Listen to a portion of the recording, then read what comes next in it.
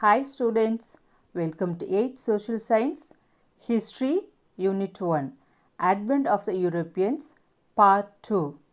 In Part 1 video, we have seen about introduction of Europeans, sources of modern India, kinds of sources like written sources and material sources. Today, we will see about Advent of the Europeans. Already, I said the meaning of the Advent. Advent means coming or something arrival, right?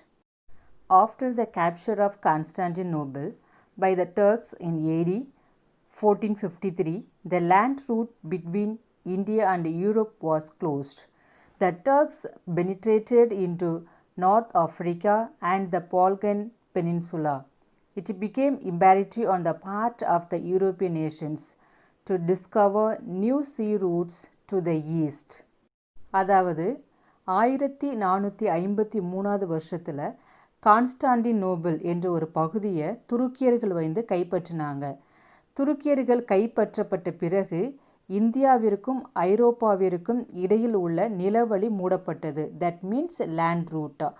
இதுக்கு அப்புறம் துருக்கியர்கள் வந்து வட ஆப்பிரிக்காவிலும் Balkan தீபகற்பத்திலும் உள்ளே போகிறாங்க. So இது வந்து என்ன ஆச்சு அப்படின்னா ஐரோப்பிய நாடுகளை கிழக்கு நாடுகளுக்கு புதிய கடல் வழி கண்டுபிடிக்க இது ஒரு தூண்டுகோலாக இருந்துச்சு.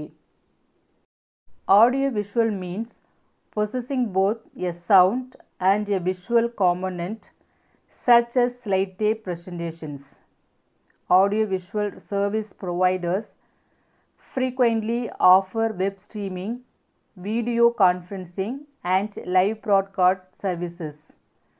Television, films, internet are called audio-visual media. That means audio-visual அப்படின்னா சவுண்டு மற்றும் வீடியோவை குறிக்கும். ஆடியோ விஷுவல் சர்வீஸ் என்ன ப்ரொவைட் பண்ணுது அப்படின்னா web streaming, video conferencing and live broadcast services. So television, films, internet are called audio visual media. Now we will see about Portugal. In Tamil we say Portugal or போர்த்துகீசியர்கள். Amongst the entire European nations, Portugal was the foremost to make a dynamic attempt to discover a sea route to India. Prince Henry of Portugal, who is commonly known as the navigator. Navigator means a person one who navigates a ship. In Tamil we say Malumi. Encouraged his countrymen to take up the adventurous life of exploring the unknown regions of the world. Bartholomew Dias, a Portuguese sailor, reached the southernmost point of the Africa in 1487. He was patronized by the King John II. ஐரோப்பிய நாடுகள் அனைத்திலும் Portugal மட்டும் இந்தியாவிற்கு புதிய கடல் வழியை கண்டுபிடிப்பதில் மிகவும் ஆர்வமாக இருந்தனர்.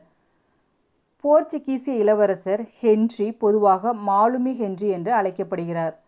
அவர் உலகின் அறியப்படாத பகுதிகளை ஆராயவும் சாகச வாழ்க்கையை மேற்கொள்ளவும் தனது நாட்டு மக்களை ஊக்குவித்தார். 1487 ஆண்டு போர்ச்சுகீசிய மாலுமியான பார்த்தலோமியூ டயஸ் தென்னாப்பிரிக்காவின் தெற்கு முனையை அடைந்தார். அவரை 2ஆம் ஜான் ஆதரித்தார். S my dear students, look at this world map. The voyage of Vasco da Gama. Voyage means a long journey by sea or in space. அதாவது வாஸ்கோ ட காமாவின் கடல்வழி பயணம். We can see here the starting place is Lisbon to Calicut. He reached from 1497 to 1498. The route was given in green color. You can go through and learn. As well as you can also go through Indian map, the European trade centers. அதாவது ஐரோப்பிய வர்த்தக மையங்கள் எங்கெல்லாம் Europeans வந்து trade செய்தாங்க அப்படின்றத it was given clearly the places where they had a trade. You can also look at this legend. Green color indicates Portuguese settlements, red color indicates French settlements, pink color indicates Dutch settlements, black color indicates Danish settlements, and violet color indicates English settlements. You can also go through all the places where the European had trade centers. Now we will study about Vasco da Gama. Vasco da Gama, another Portuguese sailor, reached the southernmost point of Africa and he continued his journey to Mozambique, from where he sailed to India with the help of an Indian pilot. அதாவது Vasco da Gama தென் ஆப்பிரிக்காவின் தெற்கு முனையை அடைந்து அங்கிருந்து Mozambique பகுதிக்கு தனது பயணத்தை தொடர்ந்தார். In AD 1498, he reached Calicut, where he was cordially received by King Jamorin, the ruler of Calicut. A second Portuguese navigator, Pedro Álvares Cabral, sailed towards India, following the route discovered by Vasco da Gama, with 13 ships and a few hundred soldiers in 1500. On his arrival at Calicut, there arose conflicts between the Portuguese and King Jamorin. Mozambique பகுதிக்கு தனது பயணத்தை தொடர்ந்த வாஸ்கோ ட gamma இந்திய மாலுமி ஒருவரின் உதவியோடு 1498 கள்ளிக்கோட்டையை வந்தடைந்தார். அவரை மன்னர் சாமரின் வரவேற்றார். இரண்டாவது போர்ச்சுகீசிய மாலுமி பெட்ரோ அல்வாரிஸ் காப்ரல் என்பவர் வாஸ்கோ ட காமாவின் கடல் வழியை பின்பற்றி 13 கப்பல்களில் சில 100 வீரர்களுடன் 1500ஆம் ஆண்டு கள்ளிக்கோட்டையை வந்தடைந்தார். Vasco da Gama came to India for the second time in 1501 with 20 ships and founded a trading center at Kannur. One after another, they established factories at Calicut and Cochin. King Jamorin attacked the Portuguese in Cochin but was defeated. Cochin was the first capital of the Portuguese East India Company. The third voyage of Vasco da Gama was in 1524. He soon fell ill, and in December 1524 he died in Cochin. Vasco ட gamma 1501 20 கப்பல்களுடன் இரண்டாவது முறையாக India வர்றாரு. அப்பொழுது கண்ணனூரில் ஒரு வர்த்தக மையத்தை நிறுவினார். பின்னர் கள்ளிக்கோட்டை கொச்சின் பகுதிகளில் வர்த்தக மையத்தை நிறுவுறாரு. இதனால் கோபம் கொண்ட மன்னர் சாமர் போர்ச்சுகீசியரை தாக்குறாரு. ஆனால் அதில் அவர் தோற்கடிக்கப்படுறாரு. பின்னர் கொச்சின் போர்ச்சுகீசிய கிழக்கிந்திய கம்பெனியின் முதல் தலைநகரமாக ஆயிடுச்சு. 1524 வாஸ்கோ ட காமா மூன்றாவது முறையாக இந்தியா வந்த பொழுது நோய்வாய்ப்பட்டு டிசம்பர் 1524 கொச்சியில் காலமானார். Now you see children, Francisco de Almeida. In 1505, Francisco de Almeida was sent as the first governor of the Portuguese possessions in India. Almeida had the aim of developing the naval power of the Portuguese in India. His policy was known as the Blue Water Policy. அதாவது Francisco de Almeida என்பவர் இந்தியாவிலிருந்து போர்ச்சுகீசிய பகுதிகளுக்கு 1505 அனுப்பப்பட்ட முதல் ஆளுநர் தான் இவர். இவருடைய நோக்கம் என்னன்னு பார்த்தீங்கன்னா, இந்தியாவில் போர்ச்சுகீசிய கப்பற்படை பலப்படுத்துவது இவருடைய நோக்கமாக இருந்தது. அதற்காக அவர் பின்பற்றிய கொள்கை தான் நீலநீர் கொள்கை. As Portuguese tried to break the Arabs' monopoly on Indian Ocean trade, it negatively impacted on the trade interest of Egypt and Turkey. Sultans of Bijapur and Gujarat were also apprehensive of the expansion of Portuguese control of ports, which led to an alliance between Egypt, Turkey and Gujarat against Portuguese invaders. அதாவது பெருங்கடலில் அரேபிய ஏகபோக வர்த்தகத்தை போர்ச்சுகீசியர் தகர்த்த முயன்றபோது அது எதிர்மறையாக துருக்கி மற்றும் எகிப்தை பாதித்தது. பீஜப்பூர் மற்றும் குஜராத் சுல்தான்கள் போர்ச்சுகீசியருக்கு எதிராக எகிப்து மற்றும் துருக்கி சுல்தான்களுக்கு ஆதரவு அளித்தனர். In a naval battle fought near Chavel, the combined Muslim fleet won a victory over the Portuguese fleet under Almeida's son, who was killed in the battle. Almeida defeated the combined Muslim fleet in a naval battle near Diu, and by the year 1509, Portuguese claimed the naval supremacy in Asia. இதனால் துறைமுகங்களின் கட்டுப்பாட்டை விரிவுபடுத்துவது குறித்து போர்ச்சுகீசியர் கவலையடைந்தனர். இந்த நிலையில் சாவலுக்கு அருகில் நடைபெற்ற கடற்படை போரில் முஸ்லிம் கூட்டுப்படைகள் போர்ச்சுகீசியரை தோற்கடித்தன. இப்போரில் அல்மெய்டாவின் மகன் கொல்லப்பட்டான். பின்னர் டையூவில் நடைபெற்ற கடற்போரில் அல்மெய்டா முஸ்லிம் கூட்டுப்படைகளை தோற்கடித்தார். கிபி 1509 போர்ச்சுகீசியர் ஆசியாவில் கடற்படை மேலாண்மையை கோரினர். We will see about Alfonso de Albuquerque. The real founder of the Portuguese power in India was Alfonso de Albuquerque. He captured Goa from the Sultan of Bijapur in November 1510. In 1515, he established the Portuguese authority over arms in Persian Gulf. He encouraged the marriages of the Portuguese with Indian women. He maintained friendly relations with Vijayanagar Empire. அதாவது இந்தியாவில் போர்ச்சுகீசிய அதிகாரத்தை உண்மையில் நிறுவியவர் யார் அப்படின்னா Alphonso de Albuquerque ஆவார். இவர் Bijapur சுல்தானிடமிருந்து November 1510 கோவாவை கைப்பற்றினார்.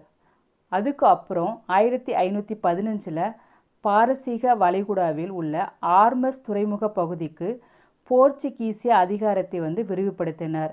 Alphonso de Albuquerque இந்திய பெண்களுடன் போர்ச்சுகீசிய திருமணங்களை ஊக்குவித்தார். மேலும் விஜயநகர பேரரசுடன் நட்புறவை மேற்கொண்டார்.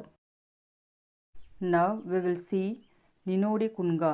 Governor Ninodi Kunga moved capital from Cochin to Goa in 1530. In 1534, he acquired possession from Bahadur Shah of Gujarat. In 1537, the Portuguese occupied Diu. Later, they wrested domain from the local chiefs of Gujarat. In 1548, they occupied Salsette. அதாவது அல்புகருக்கு பிறகு கவர்னரான நினோடி குன்கா 1530 தலைநகரை கொச்சியிலிருந்து கோவாவிற்கு மாற்றினார். 1534 குஜராத்தின் பகதூர்ஷாவிடமிருந்து பசின் பகுதியை கைப்பற்றினார். மேலும் 1537 டையூவை கைப்பற்றினார்.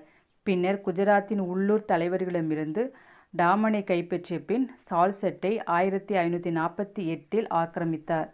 Thus, during the 16th century, Portuguese succeeded in capturing Goa, Daman, Diu, Salsette, Basin, Sal and Bombay on the western coast, Hooghly on the Bengal coast and Sandom on the Madras coast, and enjoyed good trade benefits. The Portuguese brought the cultivation of tobacco to India. Due to influences of Portuguese Catholic religion spread in certain regions on India's western and eastern coast.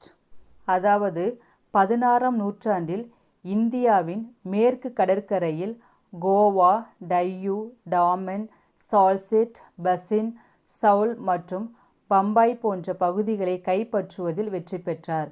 வங்காள கடற்கரையில் ஹூக்ளி, சென்னை கடற்கரையில் சாந்தோம் போன்ற பகுதிகளை கைப்பற்றினர். போர்ச்சுகீசியர் இந்தியாவில் புகையிலை சாகுபடியை அறிமுகப்படுத்தினர். போர்ச்சுகீசியரின் செல்வாக்கினால் கத்தோலிக்க கிறிஸ்தவம் இந்தியாவில் கிழக்கு மேற்கு கடற்கரை ஓர சில பகுதிகளில் பரவியது. The printing press was set up by the Portuguese at Goa in 1556.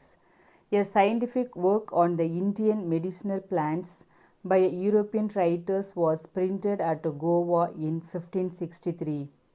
In 17th century, the Portuguese power began to decline to the touch, and by 1739, the Portuguese pockets became confined to Goa, Diu and Daman.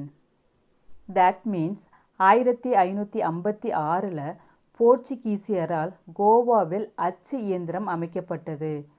அச்சு இயந்திரத்தின் உதவியால் ஓர் ஐரோப்பிய எழுத்தாளர் 1563 கோவாவில் இந்திய மருத்துவ தாவரங்கள் என்ற நூலை அச்சிட்டு வெளியிட்டார். 17ஆம் நூற்றாண்டில் போர்ச்சுகீசிய அதிகாரம் படிப்படியாக டச்சுவிடம் வீழ்ச்சியடைந்தது.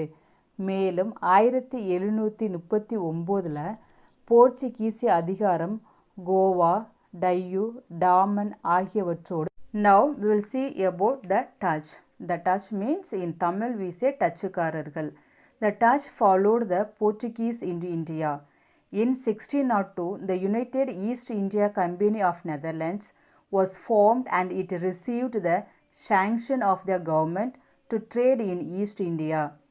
After their arrival in India, the Dutch founded their first factory in Masulipatam in 1605. It is located in Andhra Pradesh. போர்ச்சுகீசியர்களை தொடர்ந்து டச்சுக்காரர்கள் இந்தியாவுக்கு வருகை தந்தனர். 1602 நெதர்லாந்து ஐக்கிய கிழக்கிந்திய கம்பெனி என்ற நிறுவனம் தொடங்கப்பட்டு கிழக்கிந்திய நாடுகளில் வர்த்தகம் செய்ய அரசிடமிருந்து அனுமதி பெற்றது. டச்சுக்காரர்கள் இந்தியாவிற்கு வந்த பிறகு அவர்களின் வர்த்தக மையத்தை எங்கே தொடங்கினாங்க அப்படின்னா மசூலிப்பட்டினம் என்ற இடத்துல தான் அவங்க வர்த்தகத்தை ஃபஸ்ட்டில் தொடங்கினாங்க. This company captured Ambaina from the Portuguese in 1605 and established its supremacy in the Spice Islands. They captured Nagapattinam near Madras from the Portuguese and made this place as their stronghold in South India. At first, Pulicat was their headquarters. Later, they shifted it to Nagapattinam in 1690.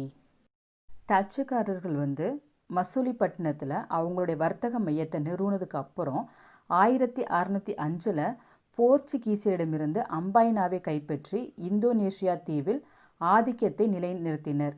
மேலும் போர்ச்சுகீசியரிடமிருந்து நாகப்பட்டினத்தை கைப்பற்றி தென்னிந்தியாவில் தங்களை வலிமைப்படுத்தி கொண்டனர். ஆரம்பத்தில் பழவேற்காடு டச்சுக்காரர்களின் தலைநகராக இருந்தது. அதுக்கப்புறம் பார்த்தீங்கன்னா 1690 பழவேற்காட்டிலிருந்து தலைநகரை நாகப்பட்டினத்துக்கு மாற்றிக்கிட்டாங்க. The most important Indian commodities traded by the Dutch were silk, cotton, indigo, rice and opium. They monopolized the trade in black pepper and other spices. The important factories in India were Pulicat, Surat, Sinsura, Kasim Bazar, Patna, Nagapattinam, Palasur and Cochin. Opium means a drug made from the seeds of poppy. That means that is used to control the pain. Poppy means a bright red wildflower that has small black seeds. அதாவது டச்சுக்காரர்கள் இந்தியாவில் என்னென்ன பொருட்கள் வர்த்தகம் செஞ்சாங்க அப்படின்னா பட்டு, பருத்தி, indigo, அரிசி மற்றும் அபினி. தென் கருப்பு மிளகு மற்றும் மற்ற நறுமண பொருட்கள் மீதான வியாபாரத்தில் அவங்களுக்கு ஏகபோக உரிமை இருந்துச்சு. இந்தியாவில் பழவேற்காடு, சூரத், சின்சுரா, காசிம் பஜார், பாட்னா, நாகப்பட்டினம், பாலசோர் மற்றும் கொச்சின் போன்ற இடங்களில் அவர்களது முக்கிய வர்த்தக மையங்கள் இருந்தன. The English East India Company remained engaged in rivalry with the Portuguese and the Dutch throughout the 17th century. In 1623, the Dutch cruelly killed 10 English traders and 9 Javanese in Ambaina. This incident accelerated the rivalry between the two European companies. Their final collapse came with their defeat by the English in the Battle of Bedara in 1759. The Dutch lost their settlements one by one to the English and was completely wiped out by the year 1795.